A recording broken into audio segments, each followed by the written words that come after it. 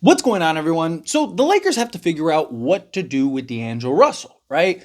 Obviously, there's a lot of talk, speculation going around that he is expected to opt out of his contract. The issue is, if that happens, Lakers kind of lose him for nothing. He is an asset that they could use to facilitate a trade later on. Obviously, the Lakers are trying to go get some bigger fish, trying to upgrade the roster. The only way they're really going to be able to do that is via trade. Now, if DLO goes and some things happen, then technically they could get to their full mid-level exception, but still it's just like you run the risk of not being able to re-sign Max Christie. On top of that, you lose D'Angelo Russell, all to maybe get like, I don't know, a Valanciunas or something like that. It's not really worth it, right? You want, if you're the Lakers, to either A, work out and facilitate a kind of opt-in and trade, right? Team like Orlando, right? The Orlando Magic are interested in D'Angelo Russell. You also have teams like Chicago apparently are interested in him. I will see what happens with Lonzo Ball. Not to the Lakers or anything like that, but just, yeah, Lonzo Ball is supposed to stick around with Chicago. So I don't know. But also, you have teams like the San Antonio Spurs that are rumored to be interested in potentially acquiring D'Angelo Russell. Now, Orlando and the San Antonio Spurs, they could just sign D'Lo outright. They don't really need to work to facilitate any trade. However, if, say, Orlando, they want to target a couple other guys. You hear names like Klay Thompson. They want to get kind of a veteran guy, some shooting, things like that. It's also one of the reasons why they want to bring in D'Angelo Russell, because of his shooting. But let's say, Orlando, they have an opportunity to sign somebody. Well, they still might very well want D'Lo, so maybe you can kind of, Orlando looks at it as like, okay, we can go sign this guy and then go trade, kind of get rid of some of the log jam to go get D'Angelo Russell.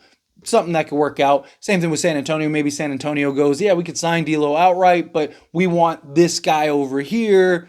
We could sign that guy and then kind of work out and facilitate. Again, nothing's guaranteed. The safest bet would be for the Lakers to keep and retain D'Angelo Russell. So, news has came out that the Lakers are kind of planning and potentially positioning themselves to kind of give D'Lo a big one-year contract. Now, how much that is, we don't know yet. We will see. It'll probably dictate based on the market, right? So, D'Lo, let's say he opts out of his $18.5 million, right? And let's say the Orlando Magic are like, hey, we'll give you, they have, I think, $19 million in cap space. We'll give you $19 million. The Lakers come in and go, well, we'll give you, stick with us for a year. We're going to trade you, but we'll give you $25 million. We'll give you a one-year deal, $25 million. That way you get paid. Kind of go the JJ Redick, rule, or, which is kind of funny because the Lakers, kind of like a placeholder, place gap. Perfect example is kind of what the Indiana Pacers did in regards to Bruce Brown. Lakers were expected to sign Bruce Brown. They were going to sign him to what Gabe Vincent ended up getting paid. And then Indiana was like, hey, we'll double that. And then they did that and then facilitated the trade to get Pascal Siakam. So the idea for the Lakers is, we can sign D'Lo to a huge inflated contract, get him a big deal, and then work out some type of trade down the road, right? Once he becomes trade eligible, can work something out, or at the trade deadline or whatever. So again, just for example, right? Let's say the Lakers, let's say they go and they trade some pieces, right? Let's say they trade Reeves, Rui. They basically revamp the roster, just using names. Right? Let's say they get like DeJounte Murray, Clint Capella, and they go and trade for Alex Cruz. Again, just names to kind of make the help you better understand, right? So they have that, and then they'd have D'Lo as well on, say, a $25 million contract. So let's say now they got their center, they got their point guard of the future, right? You got D'Angelo Russell also. You got, like, your point of attack guy and an Alex Cruz. So again, not saying the Lakers are going to get all these guys, just using these guys as an example, right? So let's say the Lakers are like, okay, we got our roster rounded out, right? And then it's like, man, we could use some more athleticism out on the perimeter, or maybe we could use another big body, or maybe somebody becomes available that they hadn't expected. Where now it's like, okay, well, we still have, let's say, a first and 5 seconds, right? Well, now we have a first, 5 seconds, and a $25 million expiring contract. With that in and of itself would have some value. So it just gives the Lakers a little more flexibility, gives the Lakers a little more wiggle room. They also don't have to worry about losing D'Angelo Russell for nothing. And then on top of that, puts them in a position to where they can kind of upgrade the roster or get some pieces later on down the road, right?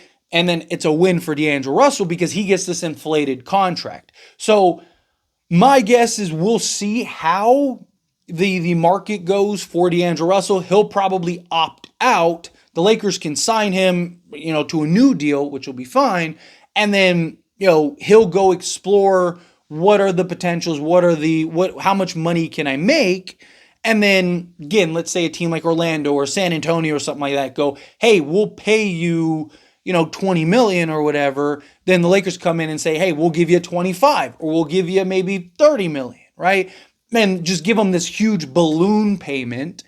And it's like, hey, you're getting a huge bag, but the caveat is that we're going to look for the best deal available to potentially unload you, because the Lakers would be locked in anyway. So, again, let's say at the trade deadline, they need to kind of work out to get some pieces, and they kind of want to maybe round out. Let's say our bench is a little weak, right? Like, let's say, again, you get DeJounte Murray, Alex Caruso, and you get like Clint Capella or something like that, right? And then let's say that's your starting five, with like LeBron at 3, whatever. Again.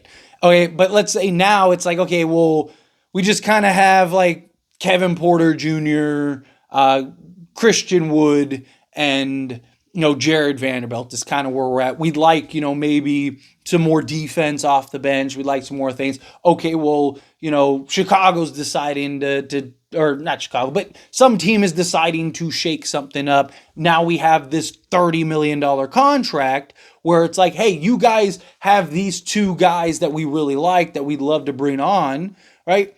You need to get off their salary. Here you go. Another thing that it could potentially do is help facilitate the Atlanta Hawks trade. So Atlanta, based on reports, is kind of interested in getting off of some salary, that they might look at some trades and some moves, especially if they're going to trade a Trae Young or trade a DeJounte Murray. Again, whether you want those guys on the Lakers or not, just examples, but they're going to be looking to potentially look for a deal that could maybe shed some salary for them. So say a team like San Antonio, right? San Antonio has a ton of cap space. They could absorb a majority of Trae Young's contract if, let's say, they were still interested in Trae or DeJounte, right? So they could just basically absorb a bunch of salary and kind of clear some money off of Atlanta's books. So that way they can kind of retool, because they have like a bunch of free agents coming up in the next, not this offseason, but the next offseason. And so they kind of position themselves to like kind of just clean slate, get through this year. Now you have fresh books, and then you have, let's say DeJounte or something, where now this could help maybe facilitate for the Lakers to where it's like, okay, we want Trae, because look, again, they're going to get Trae, right? Well, before they didn't want D'Angelo Russell because they didn't think Trae and D'Lo were going to be a good fit. Well, now they're open to taking, and they want to kind of hit the reset button on the franchise. They just got the number 1 pick. Well, now D'Angelo Russell might be a little more enticing. And let's say you sign D'Lo to like a $30 million contract, right? Well, now you could take D'Lo and say Austin Reeves, ship those 2 guys to Atlanta along with, picks and stuff like that, but ship those 2 guys to Atlanta to match Trae Young's salary. Now Trae is a Laker. You still have a bunch of other pieces, right? You still have Rui Hachimura. You still have Jared Vanderbilt. You still have Gabe Vincent. You still have all these things. And now Atlanta, they get their picks. They get a nice solid asset in Austin Reeves that they can kind of keep with their core. Let's say they do keep DeJounte Murray. They could go like DeJounte and Reeves with like Johnson. And let's say they go draft whoever, SARS, right? Like, let's say they go draft him and then they kind of, now they got the retooling, right? So now they could do something like that. Or, like I said, maybe you get a Clint Capella too. So maybe you're trading for Trey and Clint, right? And you're shipping out D'Lo, Rui, and Austin Reeves, right? So now that they have like Rui, Johnson, Reeves, Murray, and then Sar, right? Like, there you go. So now Atlanta's happy. They kind of just ride through the year with D'Angelo Russell. They could start him. They could bring him off the bench. They could cut him. They could do whatever they want. Gives them flexibility. They basically wipe now all of Trae Young's money off the books outside of like Austin Reeves and Rui. But if they want to trade Rui, they can trade Rui. If they want to keep Rui, they can keep Rui, right? It just gives them more flexibility going forward, which might be more enticing for the Lakers to work out a deal. Or even if it's not Trae Young, let's say it is DeJounte Murray. Again, like I said, maybe you go get a Clint Capella and a DeJounte Murray for, D'Angelo Russell and his money, and then you throw in like a Rui Hachimura or something, and now you can get both of those guys, and you still have and are able to maintain Reeves. And maybe you're just throwing in a couple firsts, and now you have DeJounte Reeves, Jared Vanderbilt, LeBron James, and Anthony Davis. Maybe that's your five. Then you got Clint Capella off the bench, or maybe you go big and go with Clint Capella. Again, just gives the Lakers a little more flexibility going forward. But anyway, as always, this is a discussion. I pass the question on you. Let me know your thoughts and opinions down in the comments below. What do you think? How do you feel? What are your thoughts? Do you like the idea of give D'Lo that inflated contract? Again, it'd just be kind of a one-year deal with the intention to trade him. Do you like that idea? Do you not? However you feel, whatever your thoughts are, I love to hear it. So let me know down in the comments below. That being said, if you haven't liked this video, hit that like button. Helps me a lot. Helps me enjoy these types of videos, and I truly appreciate it. Not subscribe channel, hit that subscribe button. Turn on the bell notifications. Appreciate y'all. See you in the next one. Thank you.